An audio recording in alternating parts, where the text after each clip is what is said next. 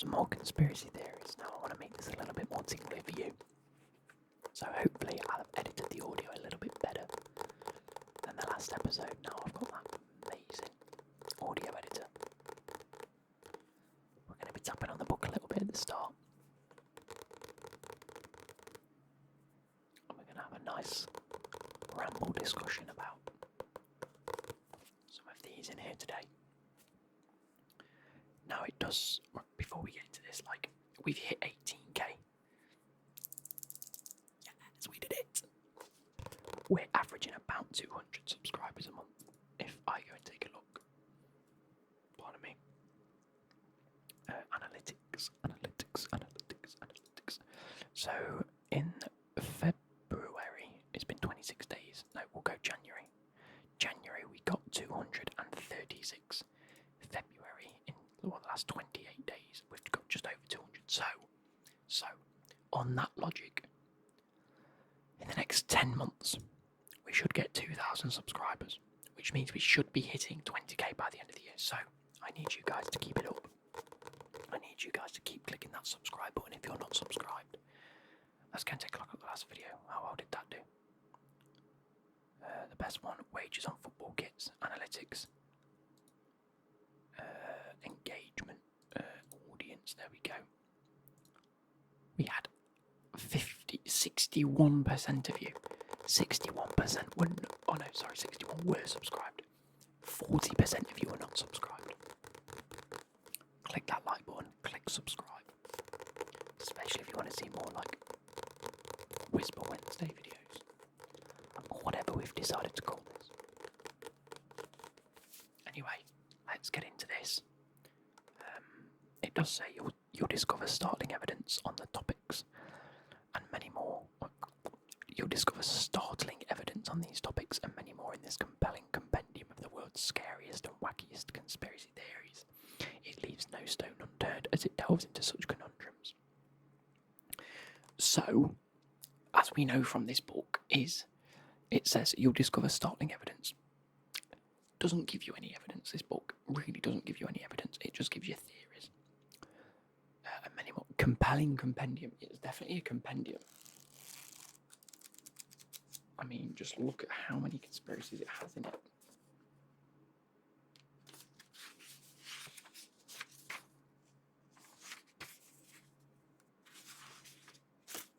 There's loads.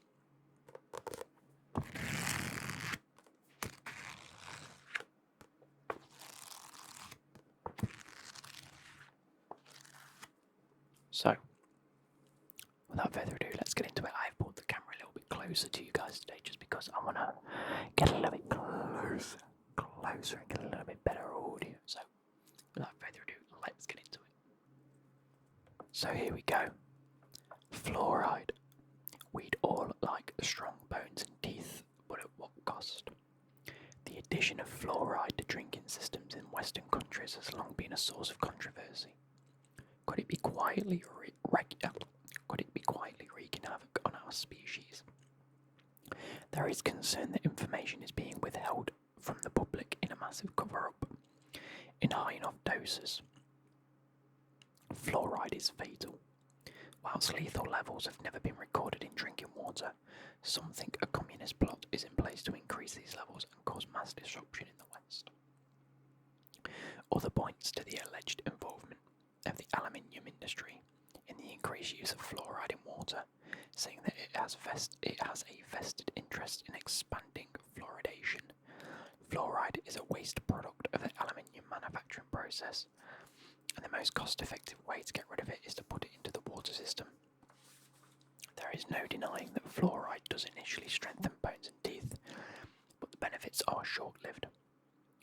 And there comes a point where genetic damage occurs. Bones can be weakened by fluoride to the point of complete dissolution. Theorists predict that within 7 generations, offspring of fluoridated populations could be born without any skeleton at all. No skeleton, wow. This theory provokes the serious concern that there's a dreadful fate in store for the entire Western world. Furthermore, the question is raised as to whether the potential dire consequences were known when fluoride was introduced into our. This theory provokes the serious concern that there's a dreadful fate in store for the entire Western world. Furthermore, the question is raised as to whether the potential dire consequences were known when fluoride was introduced into our water supply. Could this be yet another disturbing attempt to curb population growth? What do I think about that? I mean, it's in the water, innit? I don't think there's going to be much we can do about it if there is consequences. But again, it's one of those things where there's no scientific evidence either way. Like, in a huge amount, we will die. And a little amount at a time, it strengthens things. So, I don't really see the need to really worry about it too much. Like, if it is a case of 7 generations' time, we could start seeing implications. Generations are about 20 years, so that's 140 years into the future. I don't think anything is viable if it needs 100. I don't think any theory, in a sense, is viable if it needs 140 years of research. Does that make sense? Like, if you're saying that there could be consequences in 140 years, it's like, bruh, the world's going to see so much in 140 years that it might not be that. Like, there could be billions upon billions of reasons for something happening. But that, do you know what I mean? Does that make sense? I'm not really articulating myself very well, but you know what I mean. Right, moving on from water additives, we go to food additives. I can't hold this book open, it's doing me in. So food additives. Just as sugar has come under fire from conspiracy theorists, so too have food additives. Any food which has undergone processing will contain some additives, be they preservatives, flavouring, sweeteners or improvers. Some of these are natural compounds, others artificial. And it is this second group which is the most vilified, artificial flavouring and additives. Of course, it is well known that eating natural foods is the healthiest course of action. But when even fruit bought from a supermarket is unnaturally glazed, it can be hard to do this. Theorists claim that additives are proliferating. I'm going to go with proliferating, proliferating, basically, to keep consumers consuming. They are designed to be addictive. They're designed to be addictive and to keep people coming back to the same unhealthy foods time and time again, fueled by cravings. One additive in particular which falls into this camp is MSG. Now you see it a lot in, who is it? Uncle Roger. You know Uncle Roger, he always goes on about MSG, which is monosodium glutamate, which is found naturally in some foods such as mushrooms, and which creates a moreish, savoury flavour. Added to low-quality foods in its refined white powder form, MSG gives the impression of something delicious and leaves people wanting to go back for more. Many claim the substance itself is essentially an addictive drug, which is fair enough. If that's the effect it has on the human body, then I can see it being an addictive substance. Another additive which is heavily criticised and which the scientific community seems to be divided on is aspartame. This artificial sweetener is heavily used in soft drinks, particularly diet drinks, which are sold as a healthy product and therefore widely consumed. I also get that a fair bit because of Pepsi, like. Oh, how do I keep the page? There we go. I've got an empty bottle here, or empty can. There you go. So if you see, I don't know how you're going to see this, but up here, look, it says sweeteners, aspartame, a sulfamate. Oh wait, a sulfame. Okay, so it's got definitely got sweeteners in it.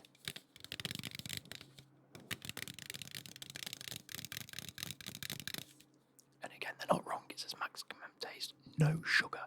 So this is so much better for you because it hasn't got sugar in it. Like, it's labelled. Look at the label. Everything green. 0%, 0%, 0%, 0%. Come on, focus. No fat, no saturates, no sugars, no salt. And it's 0.4 calories per 100 ml. So times that by 3, you're having 1 calorie a can. Which is incredible, isn't it, if you want these things. But again, it can become addictive. So I get it. Aspartame may taste sweet, but according to many, it's a carcinogen, a substance that can cause cancer. It affects brain function and can essentially pickle us from the inside if used over a long period of time. I'm fucked. As with many other additives, it is seen as addictive, with people not enjoying the taste of sugared soft drinks after drinking low-calorie aspartame sweetened diet sodas. They're not wrong. I prefer the Pepsi Max versions now than normal Pepsi. I do. Whether the theorists are right or not, the only way to avoid these substances is to eat a natural, balanced diet, and not wanting to end up an addict is as good a reason as any to start. Fair folks, I believe that. Yeah, I do think that the food industry, like, I watch a lot of salted food, and if you watch a lot of their content, they will tell you, like, they'll often have things where they go like cheap versus expensive foods and things like that. And they will explain, like, this chocolate bar, for example, is £6 a bar. And initially it gives you that, what? £6 a bar for a bar of chocolate? That's outrageous. Dairy milks are £1. And then they literally delve into it. And they go, look, for where it's made, the money that we should be paying people to harvest this, and to manufacture this, and to package this, and to get it into shops, and to get it to you, should be £6. There is no way in hell we should be paying as little as we do for some foods. Everything has become so cheap in comparative to how it actually should be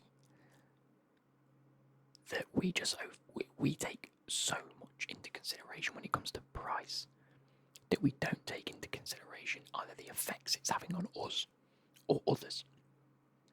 And this is just another example of we've become that,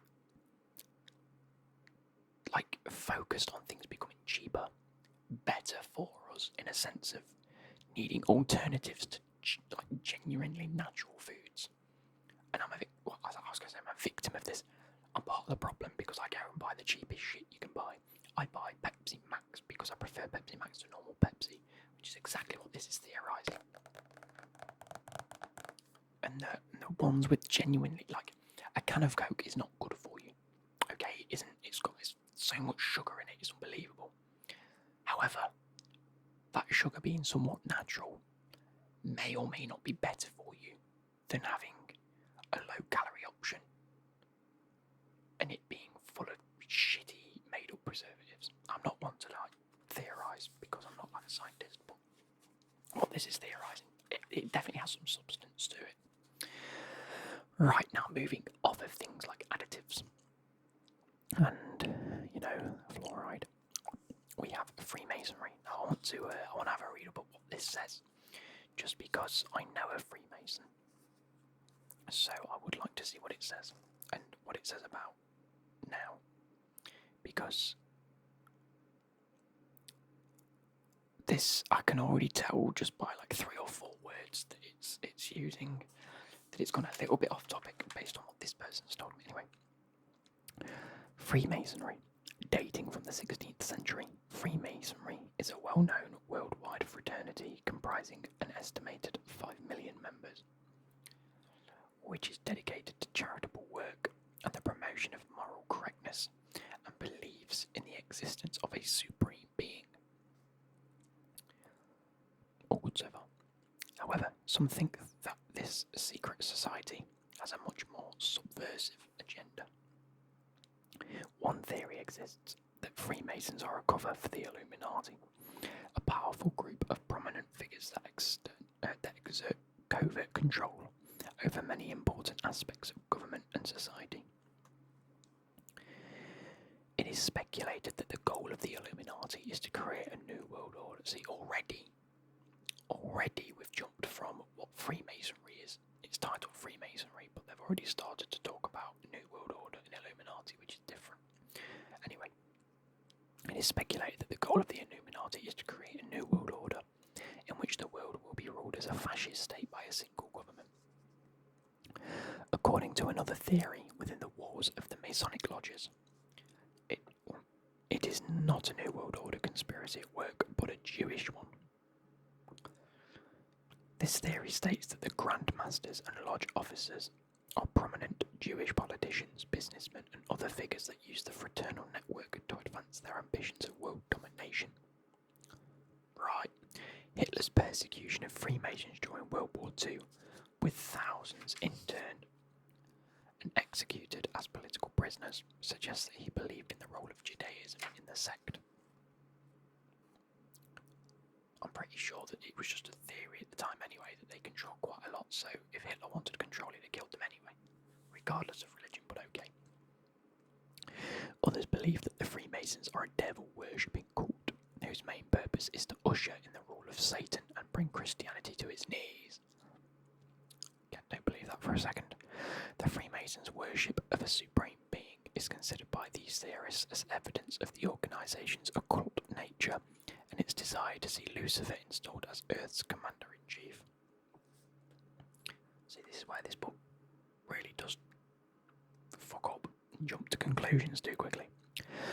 According to those who see them as manipulators of global events over the last 5 centuries, the Freemasons are the invisible hand behind a wide range of major events, with the Freemasons responsible for the assassination of JFK, a US president who wouldn't bow to their influence.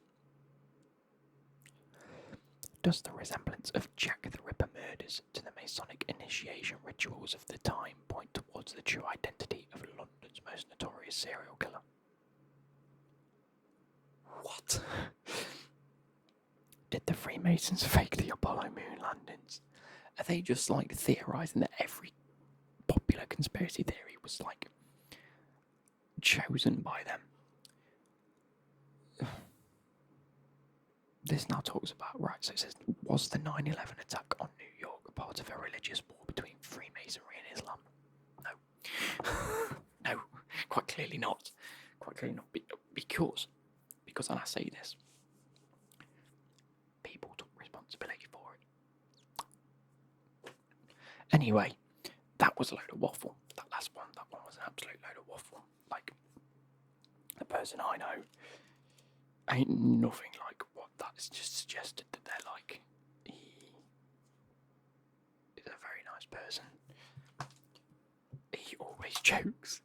He says because he's a Freemason, he always jokes about stuff like that because it's what people expect of him. And he says, yeah, when I rule the world, he knows he's never going to rule the world. Not one person will ever rule the world. It's as simple as that. Like, we have politicians that can't even run a country. How do you expect one person to run a world full of different countries? It's a load of waffle. Anyway. Hopefully